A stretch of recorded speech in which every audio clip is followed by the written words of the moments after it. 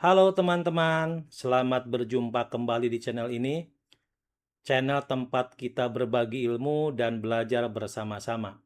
Di video kali ini kita akan membahas uji normalitas data. Topik yang dibahas ada 4, yang pertama konsep dasar, yang kedua kaidah pengambilan keputusan, yang ketiga prosedur SPSS, dan yang keempat interpretasi. Apa yang harus kita persiapkan? Tentunya data dalam bentuk Excel untuk memudahkan proses selanjutnya. Oke, baik kita mulai. Konsep dasar. Uji normalitas data merupakan salah satu uji prasyarat dalam analisis statistik parametrik yang bertujuan untuk mengetahui apakah data penelitian berasal dari populasi yang berdistribusi normal atau tidak. Uji normalitas dapat dilakukan dengan menggunakan uji Shapiro-Wilk atau Kolmogorov-Smirnov, serta pemeriksaan secara visual melalui histogram dan normal QQ plot. Pemilihan metode uji biasanya disesuaikan dengan jumlah sampel dan tujuan analisis. Untuk sampel yang relatif kecil, umumnya kurang dari 50, uji Shapiro-Wilk lebih direkomendasikan karena memiliki daya uji yang lebih baik. Sementara untuk jumlah sampel yang lebih besar, uji Kolmogorov-Smirnov sering digunakan. Selanjutnya, kaidah pengambilan keputusan. Jika nilai sig lebih besar dari 0,05, maka data berdistribusi normal. Dan sebaliknya, jika nilai sig lebih kecil sama dengan 0,05, maka data tidak berdistribusi normal. Selanjutnya, prosedur SPSS uji normalitas data. Untuk memudahkan pemahaman kita tentang uji normalitas data, maka pembahasan kita disertai dengan contoh atau langsung kita praktekkan. Sekarang kita akan lakukan uji normalitas data nilai mata pelajaran IPA dengan sampel atau responden sebanyak 25 orang. Kita lihat datanya di Excel yang sudah kita persiapkan. Ini datanya, respondennya ada 25, kemudian ini datanya. Kita copy saja, copy, Ctrl C. Kita buka SPSS-nya. Oke. SPSS yang kita gunakan adalah versi 27. Kalian bisa menggunakan versi berapapun karena pada saya relatif sama. Oke, ini tampilan awal seperti ini. SPSS kita buka. Yang ini kita silang aja nih. Oke, kita sisakan yang ini. Ini adalah lembar kerja SPSS. Kita langsung sini karena udah tepat, kita langsung Ctrl V. Oke, kita geser sini. Ya, kita geser sini. Oke, kita geser sini. Ya, oke. Ya, ini. Kita bicara prosedur. Sebelumnya perlu saya sampaikan bahwa ada dua cara untuk melakukan uji normalitas data. Yang pertama, cara pertama itu hanya khusus untuk metode Kolmogorov-Smirnov. Sementara cara kedua itu untuk dua-duanya, untuk Kolmogorov-Smirnov dan juga Shapiro-Wilk. Sekarang untuk Kolmogorov dulu biar kalian tahu aja. Oke.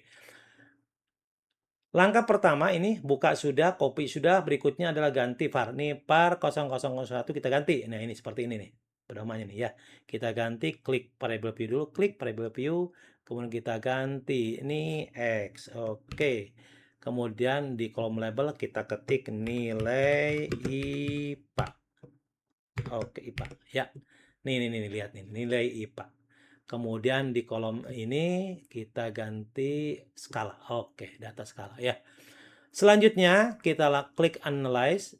Ini analyze, kemudian non parametric test, kemudian legacy dialog, kemudian KS nih, KS itu Kolmogorov-Smirnov. Klik kotak dialog seperti ini, kita klik variabel yang diuji, pindahkan ke kotak test variable list, kemudian langsung oke. Nah, ini output uji normalitas Kolmogorov-Smirnov. Kita perhatikan signya yang to Thailand nih, yang ini nih. Oke.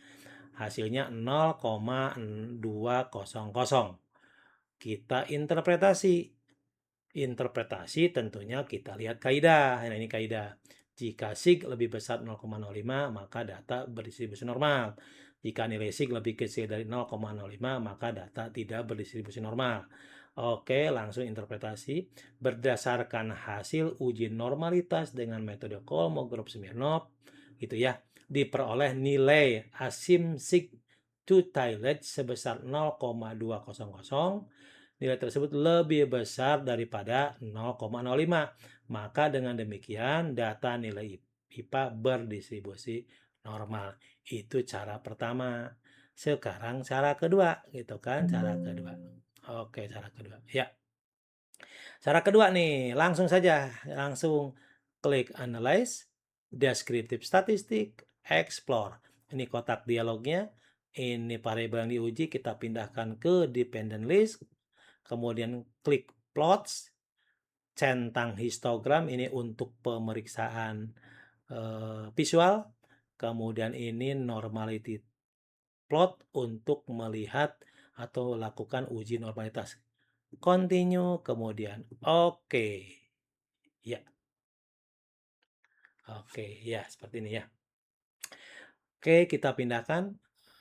Oke, tolong perhatikan. Ini test of normality. Ini output uji normalitas. Ini Kolmogorov-Smirnov, ini metode Sapir-Wheel, ini nilai IPA itu ada variabel yang diuji. Kolmogorov-Smirnov nilai signya 0,200, Sapir-Wheel nilai signya 0,961. Kita masuk ke interpretasi. Ingat, bicara interpretasi maka harus ngacu kepada kaidah. Jika nilai sig lebih besar dari 0,05 maka data normal. Jika nilai sig lebih kecil sama dengan 0,05 maka data tidak berdistribusi normal. Sekarang perhatikan, berdasarkan hasil uji normalitas menggunakan Kolmogorov-Smirnov diperoleh nilai sig sebesar 0,200. Nilai tersebut lebih besar dari 0,05 maka data berdistribusi normal. Juga berdasarkan metode Sapir-Wheel diperoleh nilai signya 0,961. Nah ini nih. Oke, ini yang ini 0,20. Ini yang Sapir-Wheel 0,961 itu ya. Maka data tersebut lebih besar dari 0,05. Maka dapat disimpulkan nilai IPA berdistribusi normal. Oke ya.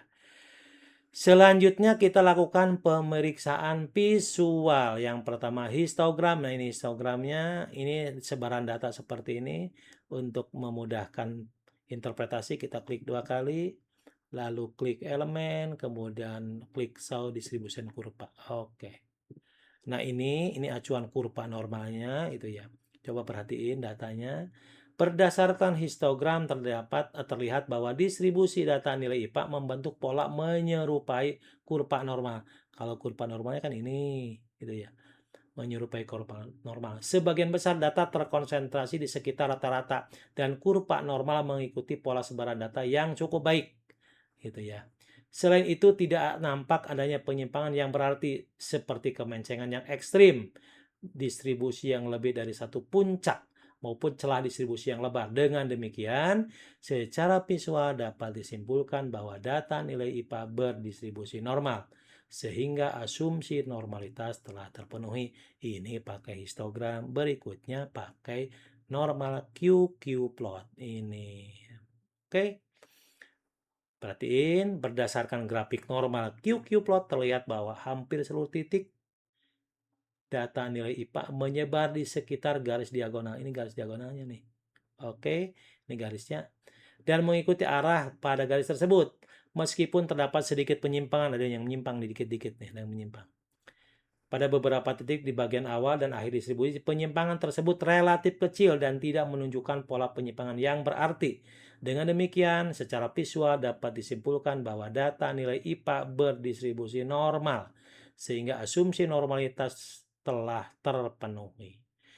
Oke, baiklah, sekian pembahasan kita. Semoga bermanfaat. Sampai jumpa di video selanjutnya.